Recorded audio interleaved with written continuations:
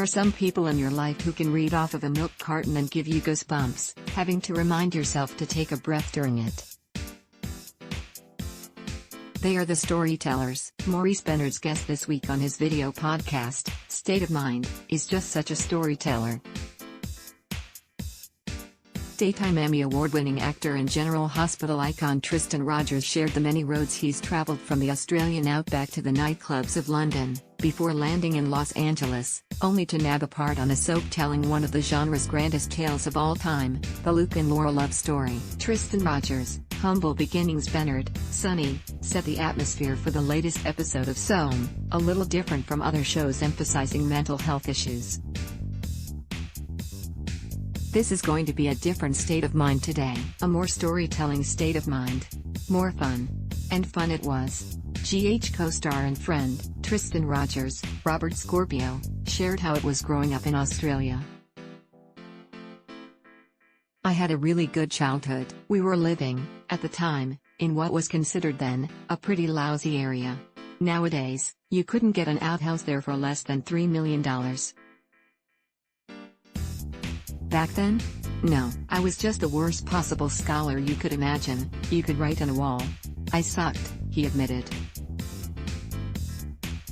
But, after I left school I goosed around for about 2 years, basically pissed my parents off. I teamed up with this bunch of guys I went to school with, who basically said, "We are not doing anything.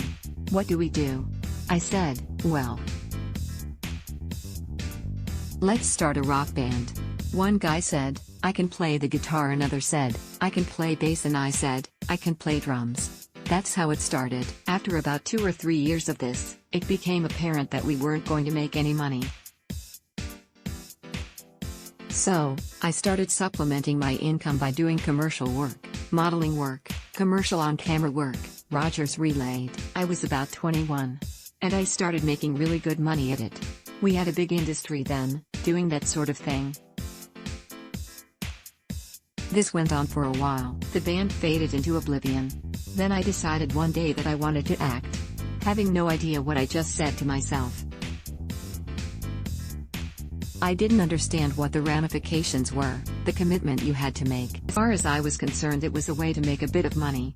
After an audition that took place in a hallway in front of a janitor, Rogers landed his first show, The Link. After that, there was no looking back. He ended up trying his luck in England when he met a producer that he had worked with before and landed a new gig on a show called Paul Temple. They said it was the best episode they ever shot. So that was my start in the industry over there. And I realized one thing, Tristan, you can't just walk through this. You have got to make a commitment to it. A mystery man in Port Charles. A decade later, Rogers was called on for a 2-day role on General Hospital. He described his first days on the set. "I had no name. I was brought in, expressly, to beat up the hero, Luke, Anthony Geary, and then disappear. A half a day goes by, and I get summoned into Gloria's, Monty, office, and she said, 'We really like what you are doing. Would you like to stay?' His expression feigned speechlessness, and then he said, 'Yes.' She said, 'We will figure something out, and talk to your agent.' About 3 days later, I get called to come in. They hadn't written anything. They had nothing for this character.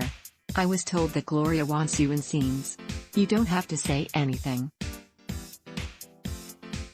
You could be reading a magazine, a book, or poking around a corner, looking suspicious." The Aussie signed for 3 years, which didn't mean a lot in daytime back then when storylines could have a 13-week lifespan, but he became really popular very fast as the mysterious Robert Scorpio. It wasn't long before Gloria was thinking about expanding the character, even considering him as a possible love interest for Laura, Jeannie Francis. Over dinner at the Beverly Hills Hotel, she asked his opinion. "What do you think of Robert and Laura as an item?" 2 martinis in, Rogers responded honestly, "Well, I don't think it is going to work. He is a totally different character. He's older. He is more sophisticated. You are going to have to change her before it is going to work on changing him and the two of them becoming an item." She looked at me, and it was never mentioned again. Elizabeth Taylor and the wedding that almost wasn't. Rogers shared the tale of how silver-screen legend Elizabeth Taylor, Helena, changed the landscape on General Hospital. There really wouldn't have been a wedding at all if Elizabeth Taylor hadn't have called up and said, "I am not going to appear on the show at all unless there is a wedding. Unless Luke and Laura get wedded." What actually happened after the wedding was that Jeannie Francis quit, revealed Rogers.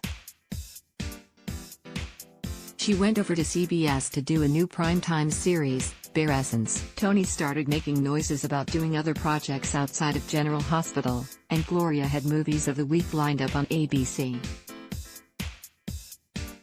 So, the whole thing was in danger of totally fracturing. Elizabeth Taylor changed all that. She brought it all forward. After the wedding, Laura left. Tony didn't leave until later. Benard wanted to know what it was like working with the Grand Dame. Rogers recalled her first day. She walked into makeup and said, "Hi, everyone. I'm Elizabeth." She came around and introduced herself to everyone. And then she said, "Where's Rogers?" And they told her I was at the booth at the end. So she came in and said, "Hi. Do you think we could run lines together?" And I said, "Hell, yeah." She was in Gloria's office.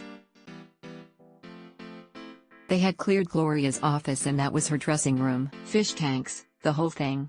The actor waxed lyrical with special details. Her eyes were violet. Her favorite flowers were sterling roses and the entire dressing room was full of sterling roses, stacked to the ceiling. Dom Perignon pink champagne.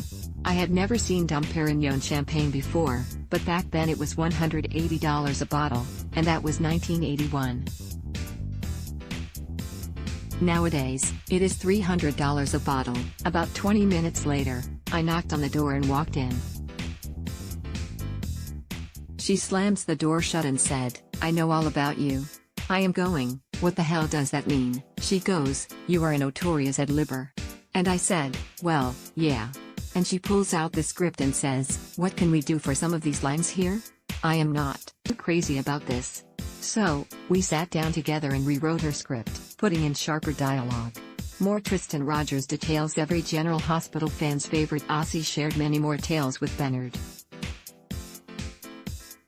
Rogers spun more of his adventures in London that included being a bartender and DJ in underground discos, seeing Elton John and Kiki Dee share the stage during one of his gigs, consulting at a radio station, the moment he chose to get serious about acting, adjusting to fame, more behind-the-scenes stories on the set of GH, dating Elizabeth Taylor for a short time, yes, you read that correctly, and thoughts on his daytime Emmy Award-winning performance as Doc in Studio City. Watch the full episode here. Follow Tristan Rogers on Twitter and Cameo. Follow Maurice Benard on Twitter, Instagram, or State of Mind. General Hospital, GH, airs weekdays on ABC. Check your local listings for airtimes. For more about what's coming up in Port Charles, check out all the latest that's been posted on General Hospital Spoilers, and for an in-depth look at the show's history, click here. Today on State of Mind I'm joined by Tristan Rogers. At Tristan Rogers, Tristan tells his journey from playing drums in a band, to his first acting role, to becoming a DJ in London, all before making the trip to Los Angeles and joining General Hospital. https://t.co/c3cnckb6s7pic.twitter.com/n0th Maurice Benard, at Maurice Benard, April 10, 2022. Ad block test. Why?